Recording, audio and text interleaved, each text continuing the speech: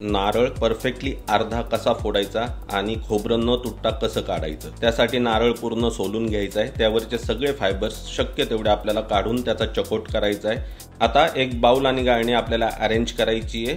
प्रत्येक नारळाला ह्या अशा 3 नॅचरल लाईन्स असतात आणि त्या प्रॉमिनेंटली फिल सुद्धा होतात। याच नॅचरल लाईन्सवर आपल्याला फर्मली हिट करायचे, पण प्रत्येक लाईनच्या बरोबर मधोमध 3 ते 4 वेळा हिट करायचंय। आता प्रत्येक 2 लाईन्सच्या मधल्या पार्टवर पण आपण जे नॅचरल लाईन्सवर हिट केलं होतं त्याच्यात सर्क्युलर पाथवर आपल्याला थोडं थोडं हिट करत राहायचंय। असं केल्याने नारळ बरोबर मधोमध क्रॅक होईल। हे बघा हा असा। आता नारळातलं पाणी आपल्याला गाळून घ्यायचे आणि त्याचे 2 हाफ पार्ट वेगळे करायचेत। आता चाकूने जर असं खोबरं काढायचा प्रयत्न कराल तर खोबरं तुटून तुटून निघेल आणि चाकू सटकून हाताला लागण्याची दाट शक्यता असते।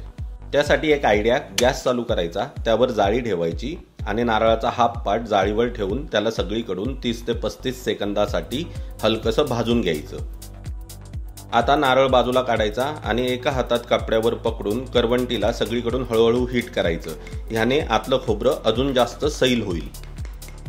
नंतर चाकू खोबऱ्याच्या कडेने घुसवून असा हळूहळू फिरवायचा, म्हणजे खोबऱ्याची बरोबर वाटी बाहेर येईल आणि खोबरं अजिबात तुटणार सुद्धा नाही। व्हिडिओला लाईक आणि चॅनलला सबस्क्राईब करायला विसरू नका। थँक्यू।